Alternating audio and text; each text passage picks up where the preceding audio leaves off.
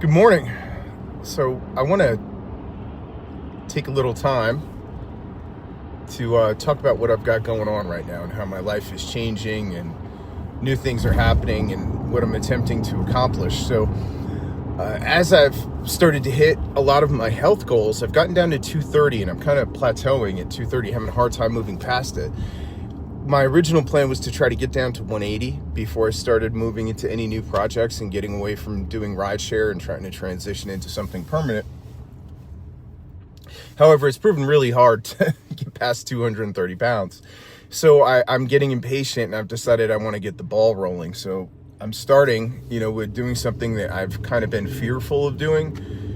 So I have this whole mantra right now of run towards what you're afraid of, run towards danger. It worked for me in the past, so I'm doing it now. It's how you grow and change and develop new skills and become a more dynamic human being. So one of my dreams over the last 20 plus years has been to go to real estate school. I did very, very well with real estate. Over the years, I could have done better, and I've watched what's happened and learned from that process. And they've changed the VA loan structure now where you can take them out over and over and over again. So there are veterans that have done this. One of them in particular has like 100 plus properties that he's managed to move over into, rentals and other things. So it doesn't seem like anything that is beyond my capabilities. So I've finally taken the plunge. I've signed up for real estate school, and I'm going to start on February 25th, and it goes through April. And it's a pretty intensive course. It's 4 hours every Tuesday night from 6 to 10 p.m. and then every Thursday night from 6 to 10 p.m. And I've taken 6 to 10 p.m. courses before at Greenville Tech. I did one in summertime for statistics. It's the only B I ever received at Greenville Tech because I purposely picked it out because I thought it would be a difficult thing to do. And at the time, I really had the same idea. I wanted to stretch myself and challenge myself. So that's what I'm doing here. I'm stretching and challenging myself, and I'm finally going to go to real estate school. One of the reasons that I've been kind of hesitant to go do it is there's a lot of extra cost at the end that you have to go through that's pretty expensive. So you have to commit to it in ways that I was afraid to commit to. You have to take the licensing exam. The licensing exam has a general administration fee you have to pay, and then it's like $65 every time you want to take the test. So if you fail it the first time, you got to go back, pay another $65. And then on top of that, there's a bunch of realtor fees and MLS listing fee access and all these other things that they nickel and dime you to death to be able to do it. Plus you have to find an agency to work under and all these things, and I'm not prepared to do it full time.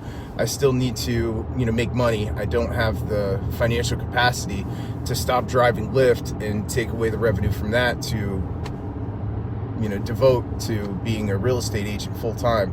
But it's my first steps, and I realized that one of the most powerful things about driving rideshare is the networking capability that you have when you start doing it. You meet the most fantastic, interesting, wonderful people that are in all different stages of life, from top to bottom, everything you can imagine. You get people that who knows, have committed horrible crimes that they never got caught for that are in your car, and you talk to them.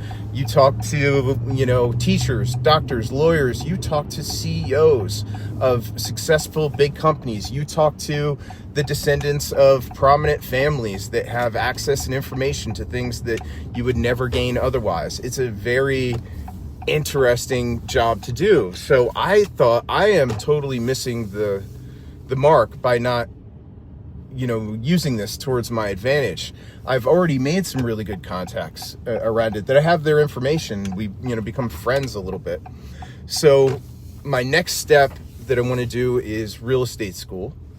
And I'm not going to McDonald's. I'm just looking for a place to park to be able to stop and wait for rides and finish the video here. I'm over by Prisma Hospital. I've got an appointment this morning.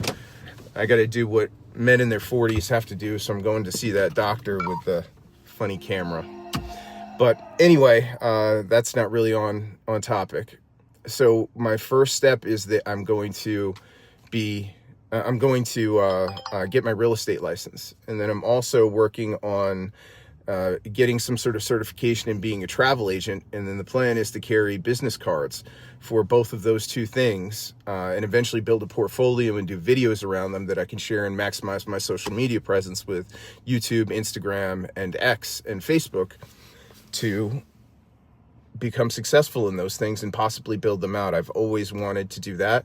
And then the idea of becoming a successful travel agent is really interesting to me too, because you get these crazy discounts for traveling and being able to go on cruises and, you know, different resorts and things like that. So I'm interested in the ability to afford travel as much as I am, you know, building any wealth off of it. So along with that, of course, I'm trying to build a profitable social media presence where I can, you know, monetize Instagram, Facebook, and X, and YouTube, of course, to be able to build something where I can live comfortably and then take every penny of the excess and use it to do interesting projects and things for people that are in need of all different sorts. Of course, I have a deep heart for veterans and the struggles that they go through post-service. It's unique. It's a real thing. They have a much higher percentage rate of issues with all sorts of things, and it's a reality that we have to face, and they deserve help better than what they've been getting right now.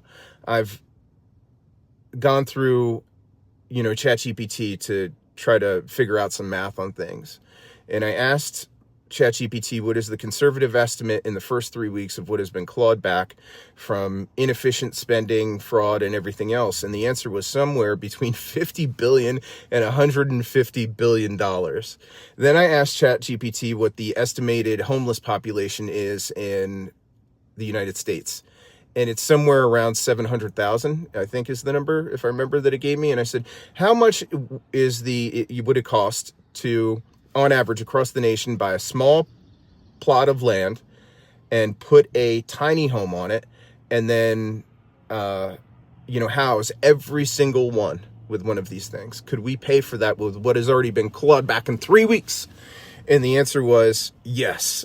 It could already be paid for. Not one homeless person on the streets in America. On top of that, we could create a program where the houses and land are not being given to them for free. They're being put on a 10 or 15-year mortgage where they pay it back. That would be an affordable percentage of the amount that they receive already for social services every month. That could automatically be deducted from that amount,